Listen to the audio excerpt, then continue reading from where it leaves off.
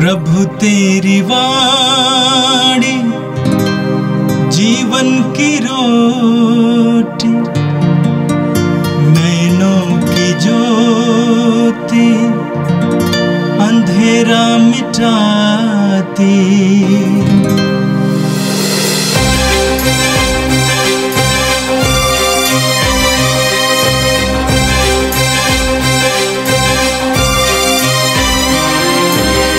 प्रभु तेरी वाणी जीवन की रोटी, नैनों की ज्योति अंधेरा मिटाती। प्रभु तेरी वाणी जीवन की रोटी, नैनों की ज्योति अंधेरा मिटाती। वाणी वाणी वाणी वाणी वाणी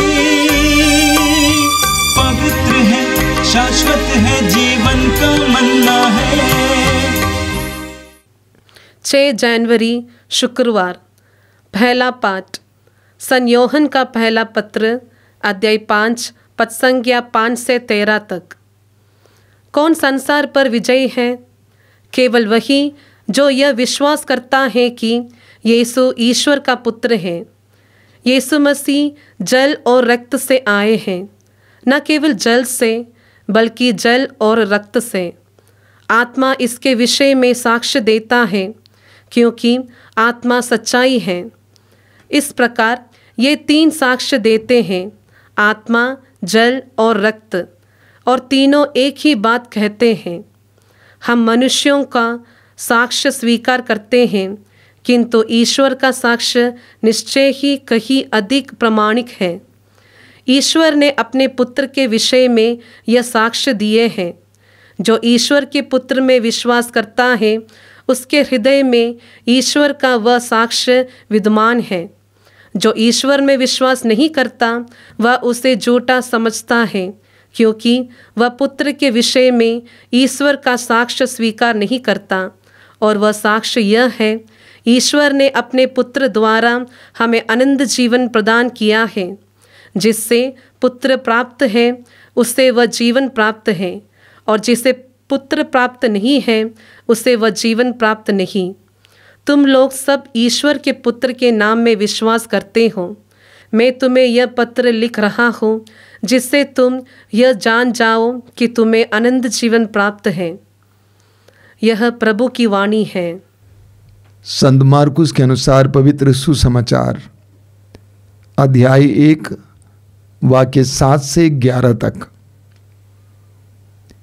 यूहन्ना अपने उपदेश में कहा करता था, जो मेरे बाद आने वाले हैं वह मुझसे अधिक शक्तिशाली हैं। मैं तो झुककर उनके जूते का फीता खोलने योग्य भी नहीं हूं। मैंने तुम लोगों को जल से बपतिस्मा दिया है, वह तुम्हें पवित्र आत्मा से बपतिस्मा देंगे। उन दिनों ईसा गलीलिया के नाजरत से आए। उन्होंने यरदन नदी में यूहन्ना से बपतिस्मा ग्रहण किया। वे पानी से निकल ही रहे थे कि उन्होंने स्वर्ग को खुलते और आत्मा को कपोत के रूप में अपने ऊपर आते देखा। और स्वर्ग से यह वाणी सुनाई दी, तू मेरा प्रिय पुत्र है, मैं तुझ पर अत्यंत प्रसन्न हूं। यह प्रभु का दिव्य सुसमाचार है। ख्रिस्त प्रभु की जय। मेरे प्रिय भाई और बहनों, आज का पहला पाठ यूहन्ना के पहले पत्र के अध्याय 5 से लिया गया था। उसके वाक्य 5 में हमने सुना, यूहन्ना कहते हैं, संसार का विजयी कौन है? केवल वही जो ये विश्वास करता है कि ईसा ईश्वर के पुत्र है। मैं इसको दोहराना चाहता हूं, संसार का विजयी कौन है? केवल वही जो ये विश्वास करता है कि ईसा ईश्वर के पुत्र है। वाक्य 6 और 7 विवादास्पद हैं। बाइबल के विद्वानों के अलग अलग मत हैं, इसलिए मैं उसमें प्रवेश नहीं करना चाहता हूं। आज के पाठ का मुख्य संदेश क्या है? मुख्य संदेश यह है, यूहन्ना कहते हैं कि यीशु ईश्वर के पुत्र हैं। यीशु ईश्वर के पुत्र हैं। जो ये विश्वास करता है, वह विश्वास उसे संसार पर विजयी बनाता है। यीशु ईश्वर के पुत्र है। लूकस के सुसमाचार की अध्याय 1 उसके वाक्य 35 में हम पढ़ेंगे, जब स्वर्गदूत गब्रिएल माता मरियम के पास आया तो उन्होंने कहा कि पवित्र आत्मा आप पर उतरेगा, सर्वोच्च शक्ति की छाया पर पड़ेगी, इसलिए जो आपसे उत्पन्न होंगे वो पवित्र होंगे और ईश्वर के पुत्र कहलाएंगे। पवित्र आत्मा पर उतरेगा, सर्वोच्च शक्ति की छाया पर पड़ेगी, इसलिए जो आपसे उत्पन्न होंगे पवित्र होंगे और ईश्वर का पुत्र कहलाएंगे। पेतरुस अपने दूसरे पत्र में कहते हैं, पेतरुस का दूसरा पत्र अध्याय 1 उसके वाक्य 16 और 17 में पेतरुस अपने अनुभव को बताते हैं। उस पर्वत पर यीशु के साथ प्रार्थना के दौरान उसने यीशु के रूपांतरण को देखा। उस बात को पेतरुस अपने पत्र में भी कहते हैं। पेतरुस कहते हैं, जब हमने आप लोगों को अपने प्रभु यीशु मसीह के सामर्थ्य तथा पुनरागमन के विषय में बताया तो हमने कपट कल्पित कथाओं का सहारा नहीं लिया, बल्कि अपने ही आंखों से उनका प्रताप उस समय हमने देखा जब उन्हें पिता परमेश्वर से सम्मान तथा महिमा प्राप्त हुई, और भव्य ऐश्वर्य में से उनके प्रति एक वाणी ये कहती हुई सुनाई पड़ी, यह मेरा प्रिय पुत्र है, मैं इस पर अत्यंत प्रसन्न हूं। पेतरुस कहते हैं कि यीशु ईश्वर के पुत्र हैं। ये वाणी हमने पिता ईश्वर से सुना है। यूहन्ना के सुसमाचार के अध्याय 1 में यूहन्ना साक्ष्य देते हुए कहते हैं, वाक्य 33 और 34 में यूहन्ना कहते हैं, जिसने मुझे जल से बपतिस्मा देने भेजा उसने मुझसे कहा था, तुम जिन पर आत्मा को उतरते और ठहरते देखोगे वही पवित्र आत्मा से बपतिस्मा देते हैं। मैंने देखा और साक्ष्य दिया, यह ईश्वर का पुत्र है। सुसमाचारों में और पत्रों में हमें अलग अलग व्यक्तियों का साक्ष्य पढ़ने को मिलता है। ये साक्ष्य कि यीशु ईश्वर के पुत्र हैं। यूहन्ना के सुसमाचार के अध्याय 1 वाक्य 49 में हमें नथानिएल का साक्ष्य सुनने को मिलता है। फिलिप यीशु से मिलने के बाद अपने मित्र नथानिएल के पास गया और कहा कि हमें मसीह मिल गए हैं, वो नाजरत निवासी यीशु हैं। नथानिएल को फिलिप यीशु के पास लेके आता है।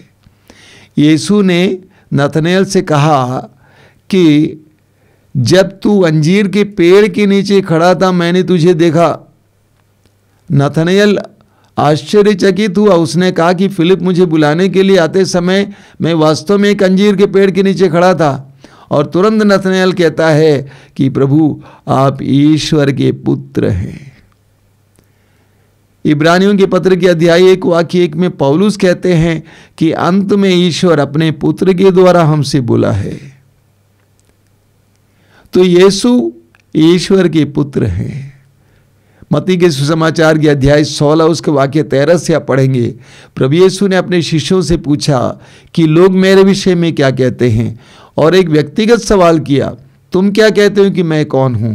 पेतरुस ने कहा, आप जीवित ईश्वर के पुत्र हैं, आप मसीह हैं। याद है प्रभु यीशु ने क्या कहा था? सीमोन तू पत्थर है, चट्टान है, पेतरुस है, और इस चट्टान पर मैं अपनी कलीसिया के निर्माण करूंगा, आदोलों के फाटक इसके सामने टिक नहीं पाएंगे।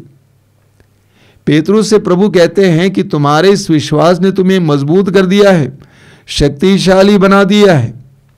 यूहन्ना के सुसमाचार के अध्याय 1 उसके वाक्य 12 में यूहन्ना कहते हैं, जितनों ने उसे अपनाया और जितनों ने उसके नाम में विश्वास किया उन सबको उसने ईश्वर की संतति बनने का अधिकार दिया है। ईश्वर की संतति का अधिकार, सामर्थ्य दिया है। यीशु को जो पहचानता है और विश्वास करता है कि यीशु ईश्वर का पुत्र है, यूहन्ना कहते हैं कि वह संसार पर विजयी है। पहला यूहन्ना अध्याय 5 वाक्य 5। संसार का विजयी कौन है? केवल वही जो ये विश्वास करता है कि यीशु ईश्वर का पुत्र है। जब आप विश्वास करने लगेंगे, वह विश्वास आपको सब कुछ पर, सारी शक्तियों पर अधिकार और सामर्थ्य प्रदान करेगा। और आज के सुसमाचार में हमने यीशु के बारे में यूहन्ना बपतिस्ता का साक्ष्य सुना। वचन में लिखा हुआ है कि यूहन्ना अपने उपदेश में कहा करता था, जो मेरे बाद आने वाले हैं वह मुझसे अधिक शक्तिशाली हैं, मैं तो झुककर उनके जूते का फीता खोलने के भी योग्य नहीं हूं। मैंने तुम लोगों को जल से बपतिस्मा दिया है, वह तुम्हें पवित्र आत्मा से बपतिस्मा देंगे। यीशु के बारे में यूहन्ना बपतिस्ता कहा करता था, वचन में लिखा हुआ है, बार बार कहता था कि मैं तो जल से बपतिस्मा देता हूं, लेकिन वह तुम्हें पवित्र आत्मा से बपतिस्मा देगा। सचमुच प्रभु ने जो वायदा किया अपने शिष्यों से कि मैं अपने पिता से प्रार्थना करूंगा और वह तुम्हें एक दूसरा सहायक प्रदान करेगा जो सदा तुम्हारे साथ रहेगा। प्रभु की प्रतिज्ञा के अनुसार प्रभु ने अपने शिष्यों को पवित्र आत्मा का बपतिस्मा दिया। आज भी जो यीशु पर विश्वास करते हैं और यीशु को ग्रहण करते हैं, उन्हें प्रभु यीशु पवित्र आत्मा का बपतिस्मा देते हैं। आगे हम पढ़ते हैं, उन दिनों ईसा गलीलिया के नाजरत से आए, उन्होंने यरदन नदी में यूहन्ना से बपतिस्मा ग्रहण किया। वे पानी से निकल ही रहे थे कि उन्होंने स्वर्ग को खुलते और आत्मा को कपोत के रूप में अपने ऊपर आते देखा, और स्वर्ग से ये वाणी सुनाई दी, तू मेरा प्रिय पुत्र है, मैं तुझ पर अत्यंत प्रसन्न हूं। प्रभु यीशु को यूहन्ना बपतिस्ता से बपतिस्मा लेने की आवश्यकता नहीं थी, क्योंकि यूहन्ना बपतिस्ता पश्चाताप का बपतिस्मा दे रहे थे। लोग अपने पश्चाताप को व्यक्त करने के लिए यूहन्ना के पास आते थे और यूहन्ना उनको पानी में डुबाकर बपतिस्मा देते थे। यीशु को ऐसे बपतिस्मा की आवश्यकता नहीं थी, क्योंकि यीशु निष्पाप थे। तिस पर भी यीशु अपने को नम्र बनाकर यूहन्ना बपतिस्ता से बपतिस्मा ग्रहण करते हैं। परिणाम क्या है? परिणाम यह है, वो जल से बाहर निकलते ही वचन में लिखा हुआ है कि स्वर्ग उनके लिए खुल गया और पवित्र आत्मा कपोत के रूप में उन पर उतर आया और उनको एक वाणी सुनाई दी, तू मेरा प्रिय पुत्र है। यीशु ने अपने आप को यूहन्ना बपतिस्ता के सामने नम्र बनाया और उनके लिए स्वर्ग खुल गया। जब भी हम अपने आप को नम्र बनाते हैं, हमारे लिए ईश्वर स्वर्ग खोलते हैं। जरा मुड़कर देखिए अपने जीवन में, कितने ऐसे समय थे जब हम नम्र बन सकते थे, लेकिन हम नम्र बने नहीं। हमारा अहंकार बाहर आया। उन सारे क्षणों में हमारे लिए ईश्वर को स्वर्ग खोलने का अवसर हमने नहीं दिया। जब हम झुकते हैं, ईश्वर हमारे लिए स्वर्ग खोलते हैं, यानी यीशु को स्वर्गिक अनुभूति हुई। दूसरी बात, पवित्र आत्मा कपोत के रूप में उनके ऊपर उतर आया। कपोत पवित्रता और शांति का चिन्ह है, प्रतीक है। पवित्र आत्मा, शांति का आत्मा, पवित्रता का आत्मा यीशु पर उतर आया। जब हम नम्र बनते हैं, वही पवित्र आत्मा हमारे ऊपर भी उतर आता है। पवित्रता का आत्मा, शांति का आत्मा हम पर उतर आता है। तीसरी बात, प्रभु यीशु ने यह सुना, तू मेरा प्रिय पुत्र है, मैं तुझसे अत्यंत प्रसन्न हूं। तू मेरा प्रिय पुत्र है, मैं तुझसे अत्यंत प्रसन्न हूं। जब जब हम नम्र बनते हैं, प्रार्थना में ईश्वर के सामने झुकते हैं, उन सारे क्षणों में हमें भी ये आवाज सुनाई देगी, तू मेरा प्रिय पुत्र है। ये आवाज यीशु के जीवन में बराबर सुनाई देती थी, तू मेरा प्रिय पुत्र है। अपनी प्रार्थनाओं में इस आवाज के जरिए यीशु ने अपनी पहचान को पहचान लिया कि मैं यूसुफ का बेटा नहीं हूं, मरियम का बेटा नहीं हूं, बल्कि मैं ईश्वर का बेटा हूं। मेरे प्रिय भाई और बहनों, जब भी आप गहरी प्रार्थना में जाएंगे, आपको ये आवाज सुनाई देगी। सच कहता हूं, गहरी प्रार्थना आपके व्यक्तित्व को बढ़ाएगी। आप बढ़ेंगे, आप अपनी छोटी पहचान से ऊपर आ जाएंगे। आपको एक बहुत बड़ा, बृहत और महान पहचान मिल जाएगी कि तू मेरा प्रिय पुत्र है। प्रभु यीशु इस पहचान में बढ़े, इस ज्ञान में बढ़े। ईश्वर मेरा अब्बा है, मैं ईश्वर का पुत्र हूं। और ये अनुभव प्रभु यीशु ने अपने शिष्यों में बांटा, हम में भी बांटा है। जब उन्होंने वो प्रार्थना सिखाई, हे हमारे पिता, जानते हम पिता ने शब्द इस्तेमाल हुआ वहां पे, अब्बा। यानी प्रभु ने अपने शिष्यों से कहा कि तुम भी इसी तरह प्रार्थना किया करो, हे हमारे अब्बा, डैडी, पापा। ये यीशु का गहरा अनुभव था कि ईश्वर मेरा अब्बा है, और उस ज्ञान में यीशु बढ़े और ईश्वर के पुत्र तुल्य सामर्थ्य में भी बढ़े।